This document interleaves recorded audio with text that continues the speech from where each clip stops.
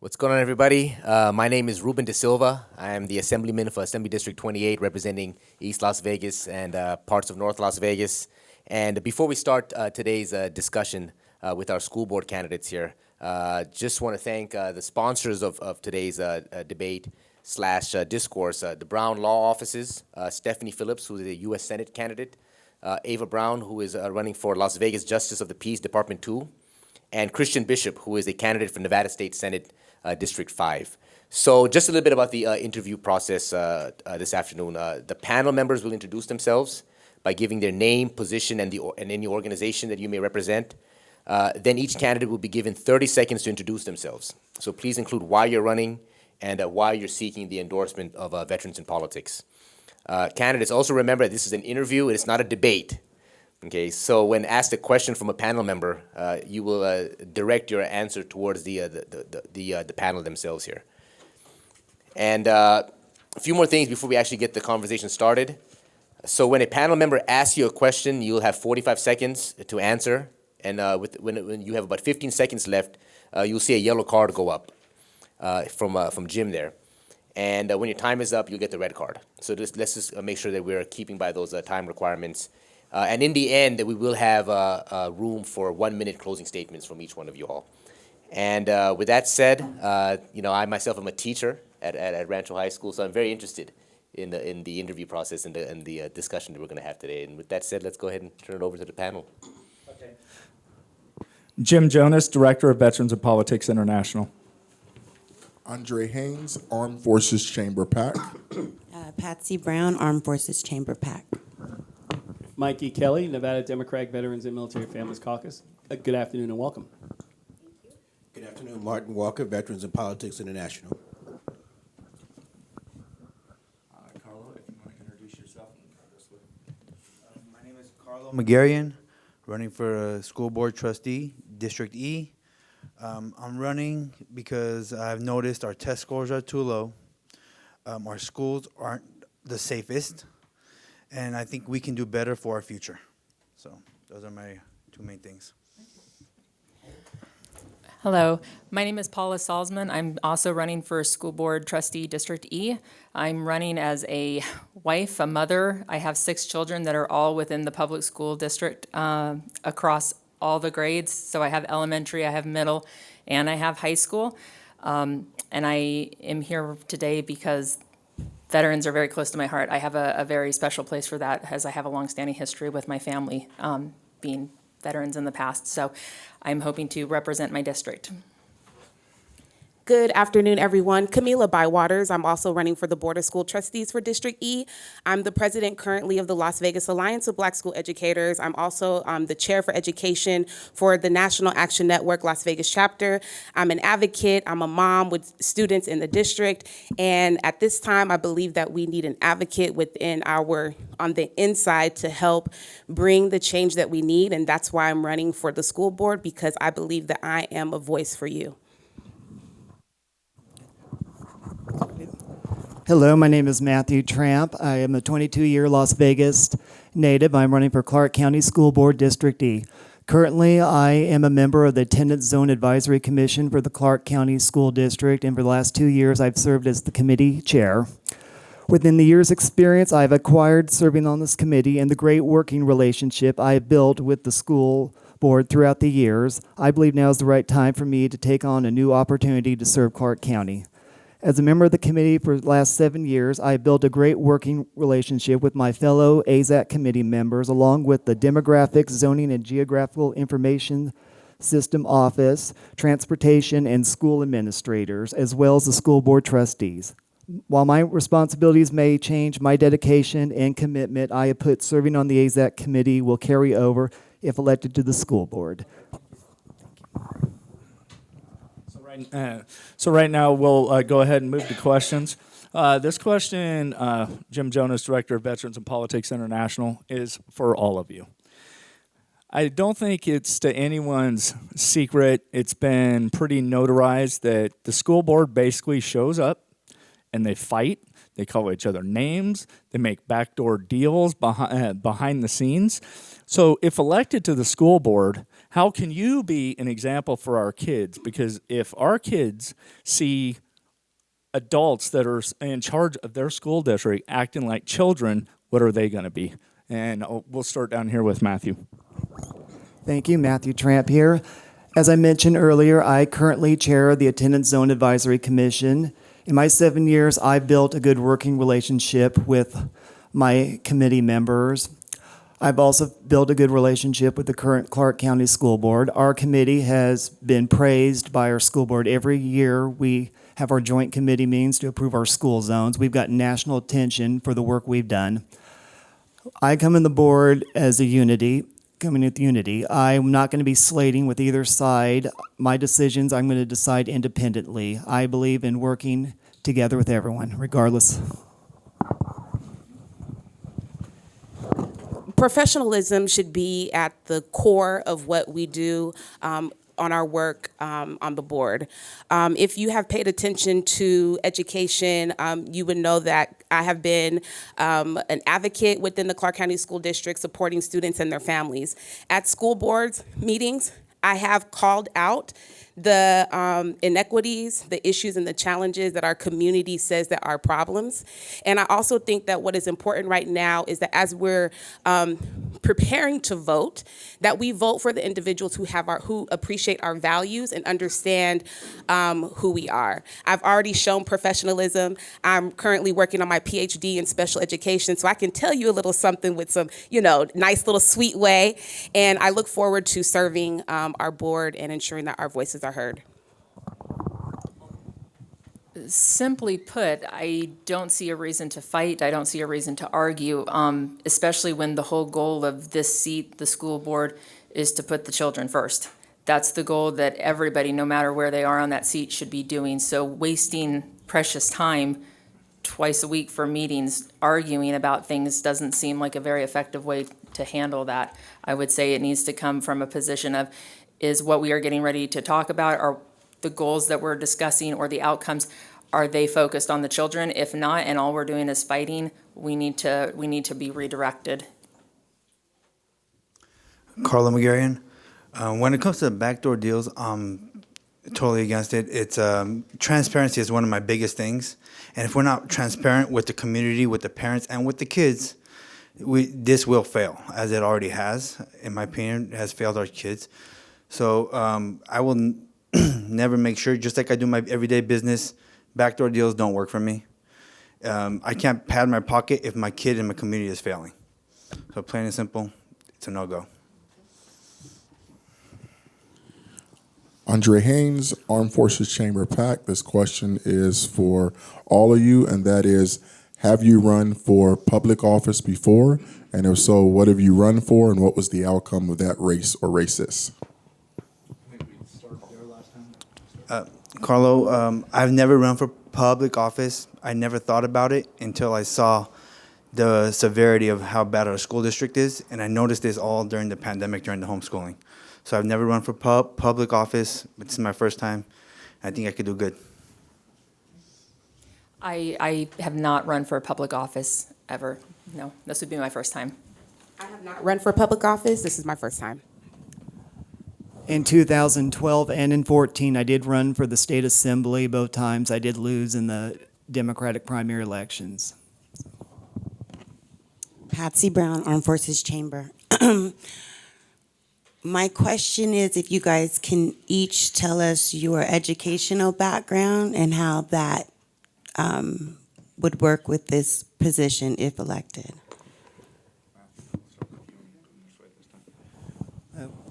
I did attend college at Fort Hays State University, which is in western Kansas, where I'm from. I did major in physical education. I did not complete my degree.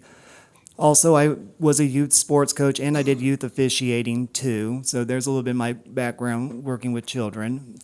And I've worked in the food and beverage service industry for the last 25 years. So serving the public, obviously, is in my blood, so. Thank you so much. I have a Bachelor's of Science from Howard University in Psychology, a Master's of Education from the University of Nevada, Las Vegas, a Master's in Divinity from the Howard University School of Divinity. I'm currently working on my PhD in special education, but even though I have all of those qualifications, what certifies me is the work that I've done already and continue to do for our students, families, administrators, teachers, and the broader community.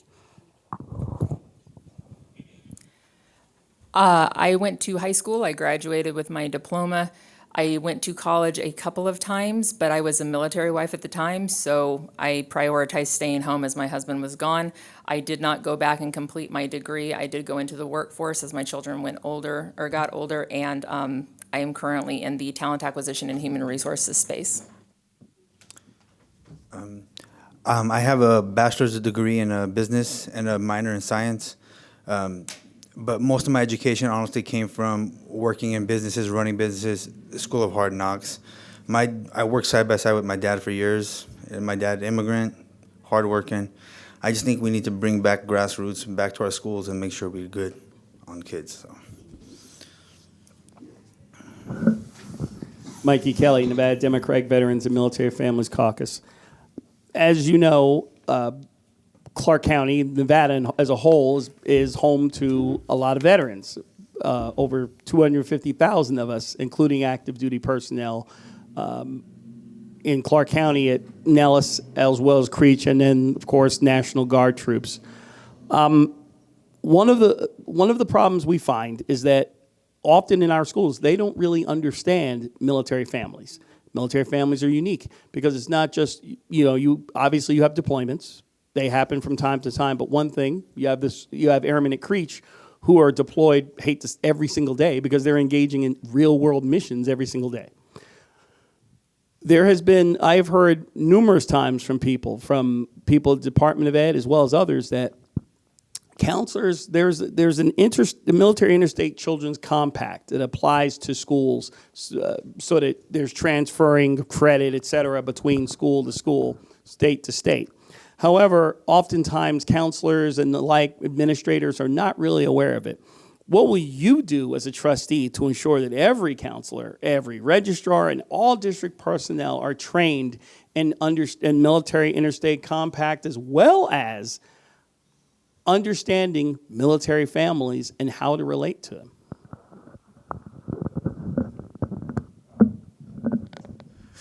Well, I think we really need to also focus on the JROTC and get those counselors involved with the parents. I remember when I was in school, the JROTC was bigger than it is now. I think a lot of those will carry over, and a lot of the people who run JROTC understand military. Also, we need to get, like you said, parents more involved, and the parents who educate us as trustees and our counselors to help strengthen the community with the transfer of students and credits, but mostly just we have military bases. Bring in the military personnel to talk to the students more and teach them. I would agree with that. There are over 300,000 military veterans in Clark County alone. That's what the last statistic that I read was.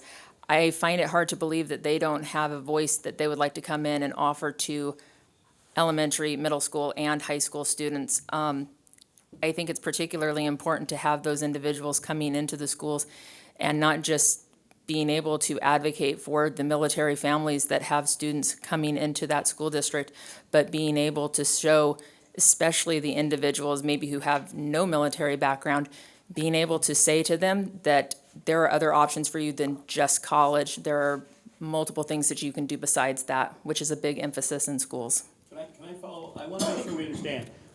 It isn't about bringing ROTC or anybody into school. It's about teachers, administrators understanding when a kid is sitting there and their parent is deployed and they're crying in school because their parent is deployed. How are you as the trustees going to ensure that teachers understand that when that child acts out, the child's not acting out without good reason, or they hear sad news, their family member has been injured or killed. How are you going to deal with that? And that stuff happens every single day, and troops get killed in combat and out of combat every single day. What are you going to do to make sure that the personnel, the teachers, are trained to understand what it's like to have military children in their schools? So why don't we do this, since you clarified that? We'll go ahead and start back with you and come across. So now, is everybody aware of what Mikey Kelly is asking? Okay. So let's just reset it. So Okay. same thing. In 30 seconds, you'll get the yellow card. 45, you get a red card. So, sorry. Thank you for clarifying. Well, one of the things we honestly have to do is work with the VA and their counselors to educate the counselors at our schools. So the counselors at our schools could educate the teachers, and it has to be a community of effort, because military is not easy. So I think working with the VA close with their counselors to help our counselors might be a great resource, since we have the VA so close to us.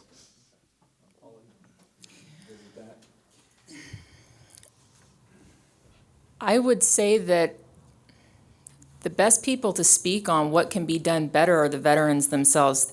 I think that we are lacking the resources for mental health, counselors, teacher resources, training, and I think the best people to speak on what it is that they can do in terms of getting children the help that they need when situations like that arise are to have them talking about what it is they want to see more. And I think that comes down to empathy. I think it comes down to mental health resources and getting teachers the training that they need for those things.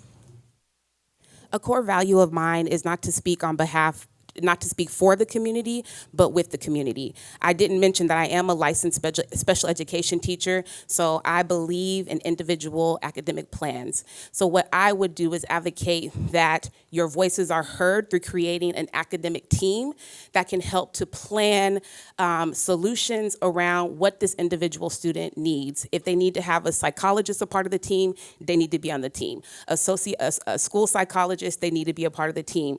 Teachers, anyone else who is involved with that student needs to be a part of the team. And then we need to ensure that there's a written plan on how to support this child, and there's an expectation that the plan will be followed. And what's important to me is that you know what you need, and that you bring your values and the solutions also to the table. First, obviously, I would put emphasis to our superintendent. We should have one person in administration who specializes in this field, and then would have the authority to train people down the ladder. A good example is our panelist Ruben has a military background. Someone like him could be trained with his experience for this field. I think maybe it would be nice if UNLV had a program to allow CC teachers to be certified too for that.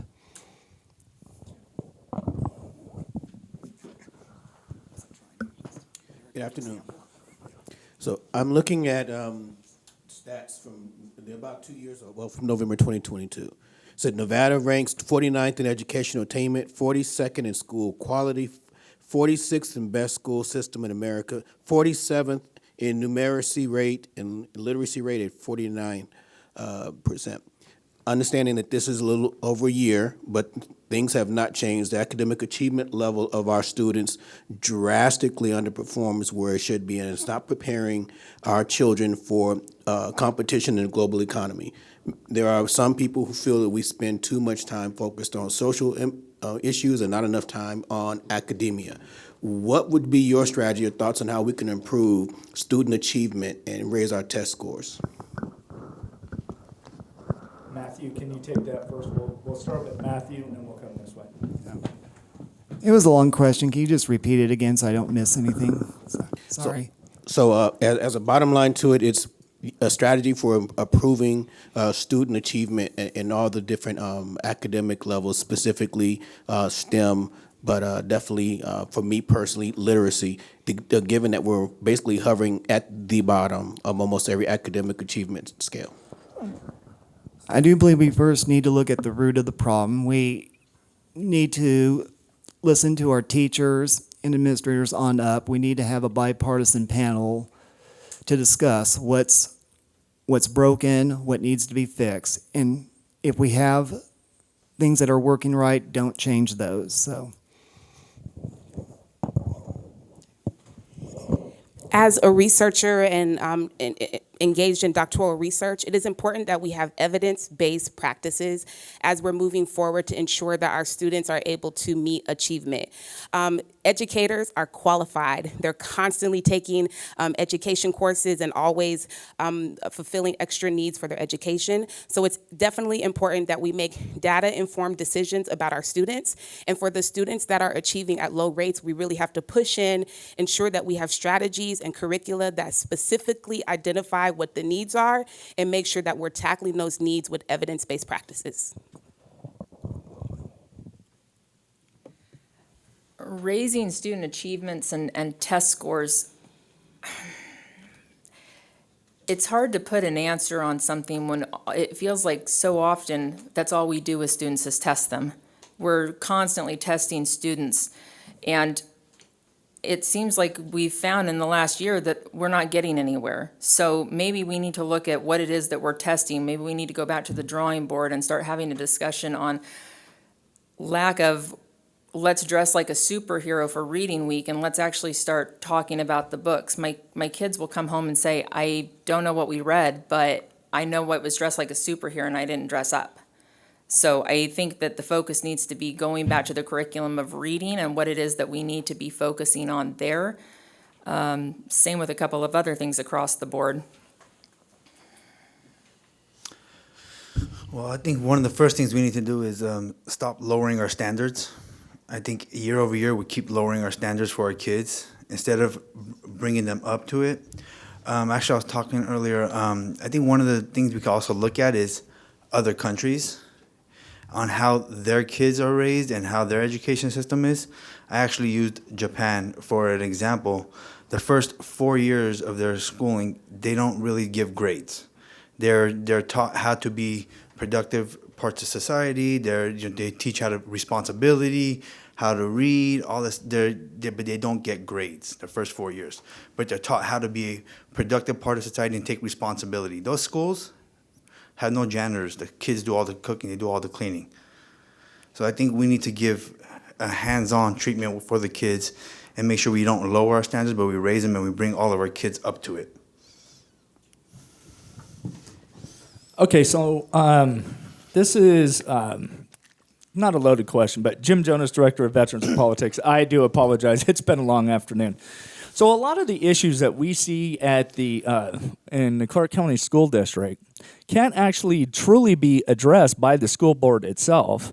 A lot of these things are legislative issues. Now, how are you going to partner with the legislature to say, hey, you're kind of hand-tying us here?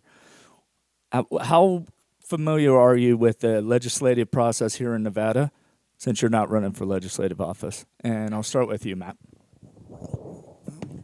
I do know that we do have staff with CCSD that specializes in, I hate the term lobbying, but we have them. I believe our school district is allowed to have up to 5 BDRs, if I'm correct, too. So, and like I said, school board trustees are constantly, attending committee hearings and meetings. I do know they have to work with the superintendent, too, so.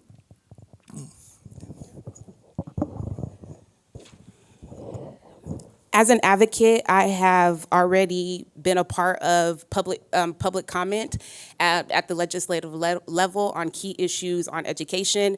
I also look forward and have already started to build partnership with the Education Committee. I think it is absolutely valuable that we have a working relationship with our legislature, and I've already started this process. I have been influential in educating our community and our leaders about educational problems for the past 4 years. So they know me, I know them, and I look forward to having a working relationship so that we can get what we need for our students.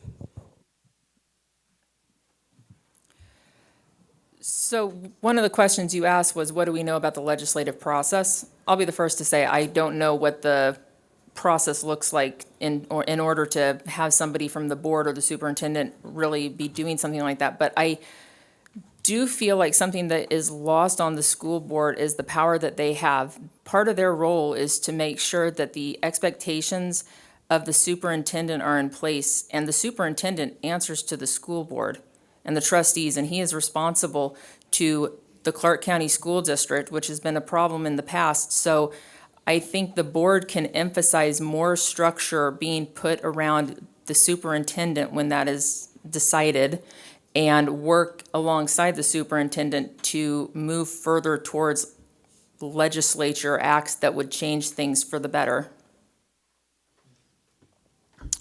Like I said, I'm not familiar too much on how the legislation works, but the way I think we can work with them is actually go to where they work, and that's Carson City. Sit down and talk to them while the Senate is in session. Meet with assemblymen and councilmen while we are here locally to start building that bridge. And the superintendent is a big issue, I think, in Clark County. I don't know about anybody else, but I was not a fan of the last one. And I think we have to negotiate their contracts better to give proper wording for this. Give the power to the trustees and to the students and not the superintendent. Just a really quick question in that vein. We elect you to serve as the governing body of the Clark County School District, which is a political subdivision responsible for providing public education in Clark County. So you're the governing body. You are seeking to be members of the governing body. The superintendent is employed by you, not the other way around. However, it appears to me that at times the superintendent was running the district and the public and without, well, running the district and not willing to be obedient or in more of a employee relationship with the trustees. Now, granted, I respect the fact the superintendent is the subject matter expert that you hire to carry out duties, just like a city manager. But ultimately, you're responsible. However, it's been clear the public didn't like the superintendent. The legislature didn't like the superintendent. There were great issues with the superintendent. What are you now in the process of looking for a new one? What are you going to do to make sure that whomever gets hired actually follows the law? And what are you going to do to make sure that that is clear to the voter, the parent, and it's not just parents, because some of these voters who will vote for you are not parents. How are we going to be assured that you will be in command of the school district and not the staff running it? One of the things is his contract. His contract wasn't favorable for the community.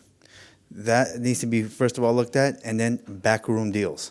Those backroom deals need to stop because, like I said, looking into it, he was running it because I think he was running backroom deals. Just observation. For me, school board as a business owners, I don't quit. I don't fight, and I don't let someone else tell me how to run it, especially one of my employees. So he is an employee of the school board. He runs it the way we run. We tell him to run it, and as an employee, as a school board trustee, we are an employee of the community. We listen to the community. The superintendent listens to us, plain and simple. Andre Haynes. Oh, I'm sorry. I want to answer that.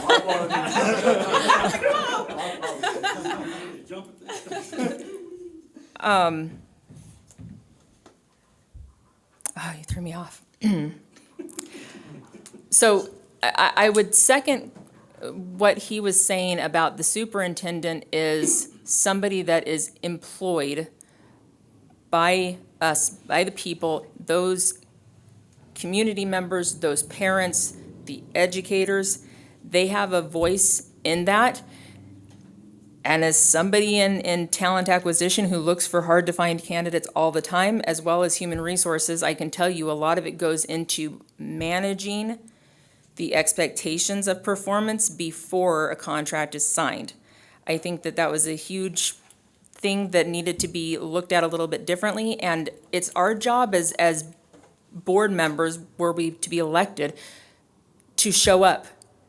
You have to show up to the meetings. That wasn't happening with every member. So show up and be there for the seat you represent. I'm currently involved in the process for ensuring that we pick a superintendent who will serve the needs of our community. If you type in ccsd.net, put in my name in the search, you'll see all of my advocacy and letters that I've written on this behalf. Whether or not I'm a trustee or not, I'm still going to be involved in this process. It's important that we reevaluate the governance policies. Governance says that the trustee should have informed oversight over the superintendent. So we have to ensure that we have individuals who will hold them accountable, like I will, because I've already been doing that, to ensure that our superintendent is held accountable. And if they don't do the job that the people, the taxpayers say, then they need to not have the job. They get paid way too much money to go and run and do what they want to do and then bring no results. You can count on me to ensure that our superintendent is accountable, and you can also count on me to be a part of the process to ensure that we have a good person for this community. We do have governance policies on what the Clark County School Board's responsibility. Hiring the superintendent, yes, is the primary responsibility, but as for operation, is not the Clark County School District trustees' responsibility. We have oversight on policies and budget and fiscal matters. But yes, we do have the authority to make our superintendent accountable too. So. Okay, I'm back. Andre Haynes, Armed Forces Chamber PAC. Over the last 20 years, CCSD has had now 5 superintendents. Moving forward, what do you think, or what would you do in the next superintendent to ensure that they stay and fulfill their contract?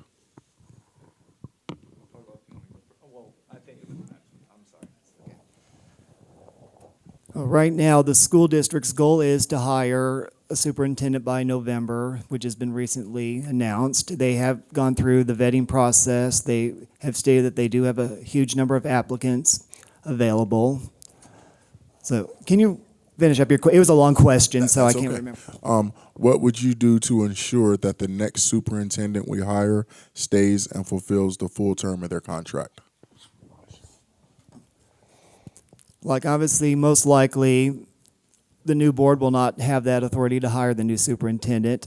I do think that maybe we need to be careful on the contract provisions that we agreed on. There were some things in the previous hiring that I did not agree with personally, too. Unfortunately, there are legal issues when you have a contract that you have to bind. I mean, unfortunately, you can't just fire a superintendent at will without buying out his contract. You have to find just cause. Now, if they do want to leave early and violate their contract, there are provisions where they are not allowed to be compensated. So.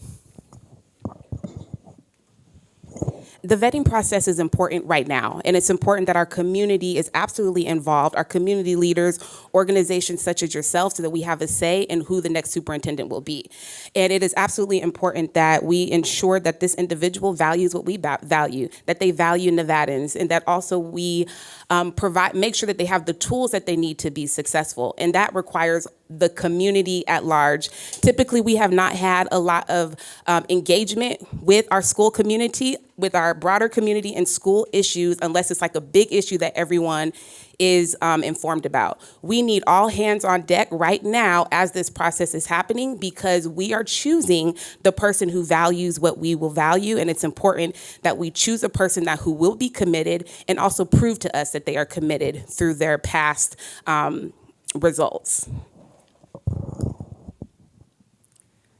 What would you do to ensure that the superintendent stays? Transparency. Let them know what the problems are that we're facing. Ask them what they're planning to do about it. How are they going to engage parents? How are they going to engage teachers? How are they going to engage the community? It's not a put a Band-Aid on it and it solves everything. It's a very unique problem across the board. We need a superintendent that we are going to be communicating with transparently, that we are setting those expectations up for, so that we're not having to ask the question of what are we doing to ensure the supervisor stays, or excuse me, the superintendent stays? we're getting the results that we need to make sure that the superintendent wants to stay because of the commitment that they've made, because we see the progress and we see the change that's happening. So, what can you get to get superintendent to stay? Well, I don't think it's as important as if he's going to stay or she's going to stay, as are they going to be the right person for the job? Because, like you said, they can leave and go and they could break their contracts, but as a community, as a trustee board, we need to let them know what we expect from them. And if they give us what we expect, then in their contract, we got monetary bonuses. Bonuses, I think more people work on the bonus rate than they will just, okay, I know I'm going to get the paycheck anyway, so it doesn't really matter to me. I'm going to get the money either way. My contract says even if they fire me, I still get my $500,000 a year. So if we put them at a lower salary and we give them bonuses if they get our kids to where we need to be. I just got one last question and then I'm done. Okay, so this is a question that seems to come up every Clark County School District trustee race. There's a ton of waste. This is what we hear. There's a ton of waste in the Clark County School District. Would you call for a fraternal audit of the Clark County School District? Do you honestly think there's as much waste? I think sometimes we're getting a little propagandist with stating the waste level in the Clark County School District. What's your take on that, Matthew? I know we currently have an audit committee in the school district. Some people maybe don't feel the trust because they feel there's too much of a conflict. I've been like many people, I've been for having an inspector general in the state. Data has shown that states that have it have saved their states millions of dollars of money.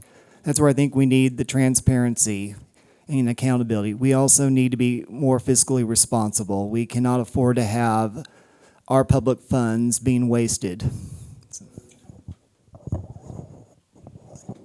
Absolutely. There's money waste, food waste, clothes left out all over the place. And I absolutely agree that we need an audit to really evaluate what's happening, have a review.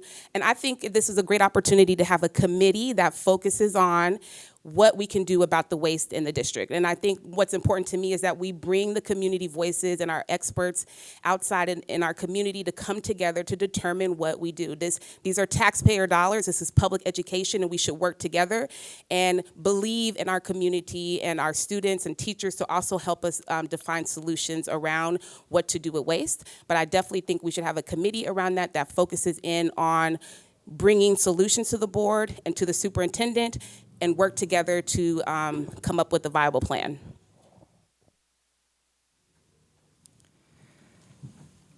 I would second the comment on an audit. An audit needs to be done. If you don't know where waste is going, you can't address the issues.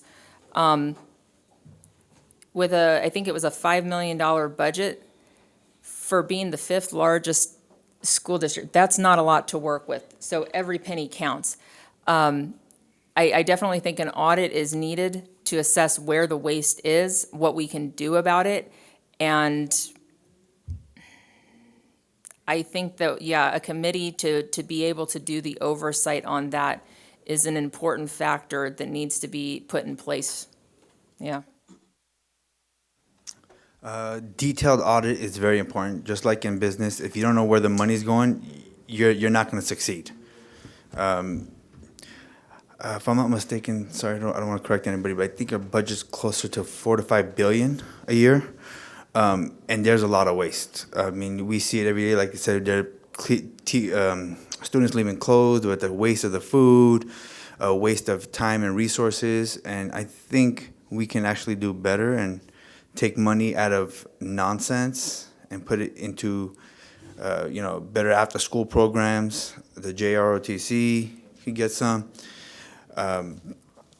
More commitment for the school district to teach after school, so parents who have jobs kids can be watched safely, and it's not on the parents. So big audit.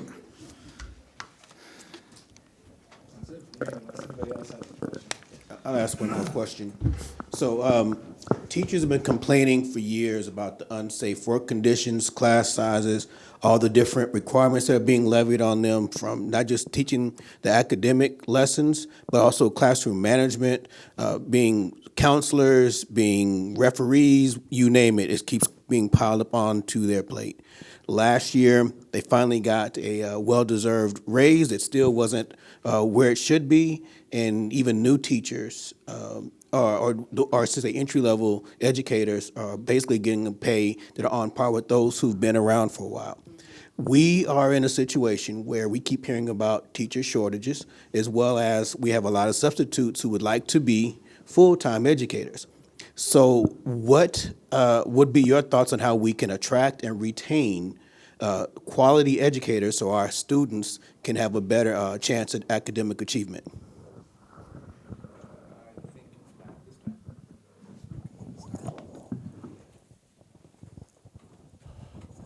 First, we need to get back to letting teachers teach what their job is for. I think I've heard too many complaints that's why many teachers are quitting. They feel that administrative staffs do not back them. When there are problems, they cannot talk to somebody in an upper management because they're afraid of being backlashed. I know a guy who told me he quit in January because the math book is, a first grade math book is way out of their league and the kids are not learning. As for teaching standards, I've known we've had a lot of problems. People are applying who've had backgrounds in teaching, but they probably came from other states. We need to look and analyze what our standards are to allowing people who come from out of state who have a teaching degree and experience too. So It's a revolving door. So low teacher pay creates teacher shortage, which then creates not enough staffing in schools. Now we have behavior problems and we're not able to manage it. There are already programs within our state that are preparing teachers for the field. So it's definitely important that we continue to have these collaborations with universities in Las Vegas or in the state of Nevada to ensure that we're getting quality teachers. There's a lot of work to do here, and we have to ensure that funding is used to help support these initiatives. For example, Clark County School District spent $55 million on a program called PAPER to provide tutoring, virtual tutoring to students. It was not utilized in an effective way. That money could have been used to help support staff members and to increase staffing and to also provide more supports for teachers who need help with behavior.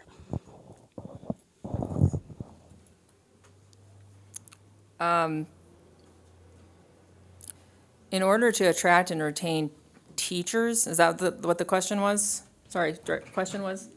Basically, yes. Okay. I would definitely say, going back to the earlier comment about where it is that we are finding wasteful resources, doing that audit, where can we put money elsewhere? And I know it's a hot button topic, but money, okay? Funding. Where can we get more? Where can we use what we have? Where can we put it? Right now, we are top heavy with the money in, it's not going to teachers. Teachers are not paid enough. They're not there to sit there and try to take on some of the things that they are doing alone. We need to have more resources for teachers, more resources for them to be able to do what it is that they need to do. It does go back to the budgeting. We have to trim some of the fat and actually give it to teachers, make sure qualified teachers are paid more and get rid of the wasteful spending. How to retain them is a lot of teachers, from what I remember and from what I've talked to now, is they spend money out of their own pocket for school supplies. One of my goals would be to team up with local businesses in the school districts with the parents whose kids are in those schools to help the teachers with, books and papers and pencils and highlighters, whatever is needed to make sure that the teacher isn't buying a new stack of papers or a stack of books every week, or papers and pencils for the students, where the local businesses, and again, it becomes a business where you advertise for them, and you get a little education, gets a little extra money.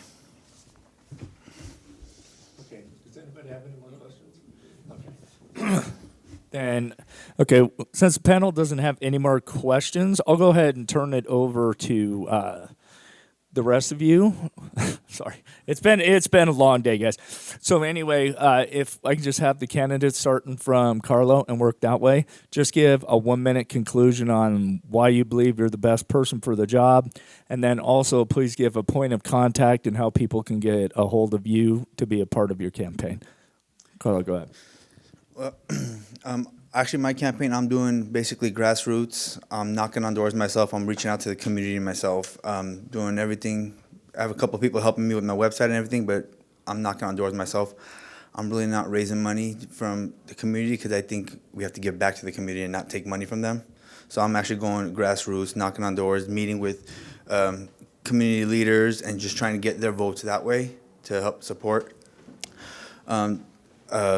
I have an email address if you really want to reach out and ask me a question. It's carlomeguerian@gmail.com. I'm more than happy to answer any questions anybody has. Go straight to my phones, and I answer them really quick as I can. Another thing why I think I'm one of the best candidates for this position is I don't have a quit bone in me. To get the business I'm in now, 3 years of fighting with people trying to get us out of the realm of the business we're in. And we fought back every single way, and 2.5, 3 years later, we're getting our license after everybody else tried to stop us, and no one's really gotten this license that we're going for in the last decade. So there's no quit in my blood. It's a non-emergency medical transportation. My name is Paula Salsman. Again, I'm running for District E. I'm running as a parent. I'm running as a community member, doing business in this community. I don't have a campaign website. If you want to talk to me, if you want to tell me your ideas, I'm happy to listen. That's what I'm trying to do, is bring unity between the community and the parents, the teachers, the educators, for the kids. So if somebody wants to talk to me, tell me their ideas, 702-817-3238. That is my personal cell phone number. paulasalsman@gmail.com. An advocate, and I have been active in this community. I'm active right now. Students, parents, teachers, administrators call me now for support. And I have not watched school board meetings from behind Facebook, behind YouTube, or on TV, or watch the news reports. I go to where the situation is. If you need me to come to a school now, I'm there with you, helping to ensure that your problems are answered. I'm glad you asked, why should you trust me? You should trust me because I have a track record of being present for you. I understand that there are a number of community issues and problems. I believe that your problem is my problem. Your issue and challenge is my issue and challenge. And as a leader, you should expect from me to value what you value, create the solutions to the problem, and then let's go fight for it. Right now, we need a disruptor, we need an advocate, and we need someone who's willing to fight for change. ccsd.net, Google my name, and you will see that I have been out there already advocating for what's best for our community. A vote for Kamilah Bywaters is a vote for change, and I've already been showing you the work that I can do, and I look forward to doing it on the inside with you. Okay, my website is matthewtramp.com. My email address is tramp4ccsd@icloud.com. District E deserves a trustee who will focus on community engagement, consensus building, and unity. I'm committed to working for the community, families, educators, and students of Clark County. I will continue to dedicate my service making CCSD prosperous. Priorities include improving student learning outcomes, increasing teacher retention rates, and promoting fiscal responsibility and transparency. I'm also committed to improving school safety, ensuring that all students have access to the resources and support they need to succeed. Thank you very much.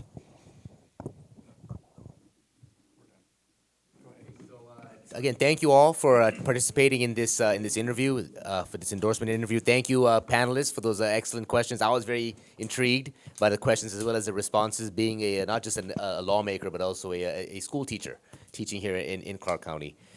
So with that said, I just want to again thank the sponsors of today's interview process, today's discussion, the Brown Law Offices, Stephanie Phillips, U.S. Senate candidate, Ava Bravo, running for Las Vegas Justice of the Peace Department 2, and Christian Bishop, who is a candidate for Nevada State Senate in District 5. And that concludes our interview. Thank you. Thank you all.